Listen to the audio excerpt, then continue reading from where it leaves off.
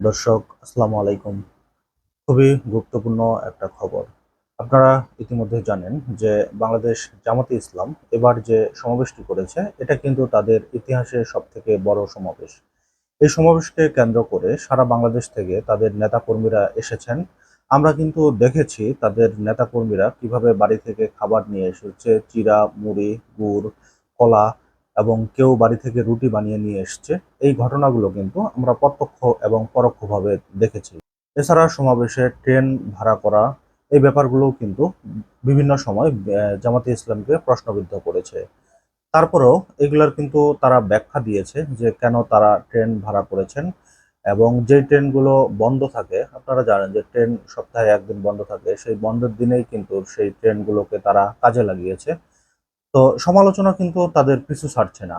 অনেকেই বিরোধী পক্ষ দল যারা রয়েছে তারা কিন্তু বলছে যে বিএনপি জামাতে ইসলাম এই সমাবেশে 200 থেকে 250 কোটি টাকা বা 300 কোটি টাকা খরচ হয়েছে। ইতিমধ্যে অনেকেই জামাতে ইসলামের আয়ের উৎস সম্পর্কে জানতে চায়। সবশেষ কিন্তু তাদের আয়ের উৎস কি এটা কিন্তু বিভিন্ন সময় তারা খোলাসা করে বলেছে এবং মানুষ কিন্তু এটা বিশ্বাসও করে যে জামাত ইসলামের আয়ের উৎস কি। এবং এই সমাবেশকে কেন্দ্র করে সারা বাংলাদেশেই কিন্তু তারা ব্যানার, ফেস্টুন এগুলো কিন্তু লাগিয়েছে। বিভিন্ন অফিস আদালতের নিচে সব জায়গাতেই কিন্তু সুসজ্জিত করে তারা ব্যানার, ফেস্টুন লাগিয়েছিল। সবকিছু মিলে মানুষ ধারণা করছে যে 200 থেকে 300 কোটি টাকা খরচ হয়েছে। তো জামাত ইসলামের আমির এটার একটা ব্যাখ্যা দিয়েছেন। এই ব্যাপারটা নিয়ে বিভিন্ন গণমাধ্যম নিউজ করেছে। অন্যতম একটা নিউজ করেছে দৈনিক যুগান্তর। শিরোনামে বলা হয়েছে, অবশেষে জানা গেল জামাত ইসলামের সমাবেশে খরচের পরিমাণ। তো ডক্টর শফিকুর রহমান যে এটার একটা ব্যাখ্যা দিয়েছেন। রাজধানীতে জামাতের রোকন সম্মেলনে একটি ভিডিওতে ডক্টর শফিকুর রহমানকে বলতে শোনা যায়, ঢাকায় এত বড় সমাবেশ হয়ে গেল, আমরা কি কারো কাছ থেকে চাঁদা তুলতে বলেছি?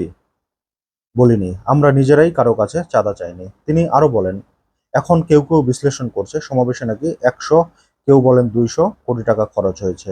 আপনারা শুনবেন কত টাকা খরচ হয়েছে? অবশ্যই রোকন হিসেবে আপনাদের জানার অধিকার রয়েছে।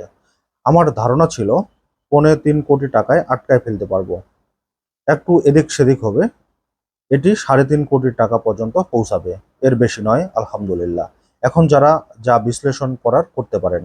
সম্মেলনে জামাতে ইসলামের আমির বলেন, জামাতের কোনো নেতাকর্মী চাঁদাবাজি কিংবা সন্ত্রাসী করেনি, করবেও না। জামাত দল নিয়ন্ত্রণ করেছে, দেশও নিয়ন্ত্রণ করতে পারবে। যারা দল নিয়ন্ত্রণ করতে পারে না তারা এই শান্তি শৃঙ্খলা বজায় রাখতে সার্বিক পরিস্থিতি নিয়ন্ত্রণও করতে পারবে না। এটা হয়তো তিনি বিএনপিকে উদ্দেশ্য করে বলেছেন। তবে সমাবেশে কিন্তু আমরা দেখেছি যে তারা কিভাবে তাদের নেতাকর্মীগুলো এসেছে, তারা কিভাবে খাবার, পানি, তারপরে এসব কিছু কিন্তু তারা সঙ্গে করে নিয়ে এসেছে। এছাড়াও তিনি সামনে ক্ষমতায় গেলে জামাতে ইসলাম কি করবে না করবে, ক্ষমতায় যাওয়ার জন্য কি করতে হবে না করতে হবে, এইসব ব্যাপারেও কিন্তু তিনি স্পষ্ট ব্যাখ্যা দিয়েছেন। তো যারা জামাতে ইসলামের এই সমাবেশকে কেন্দ্র করে আয়ের উৎস কি বা কত টাকা খরচ হয়েছে সেটার একটা স্পষ্ট জবাব পেয়েছেন বলে এই শফিকুর রহমানের বক্তব্যে আমরা ধারণা পাচ্ছি। তো দর্শক, আজকের মতো এই পর্যন্তই। আল্লাহ হাফেজ।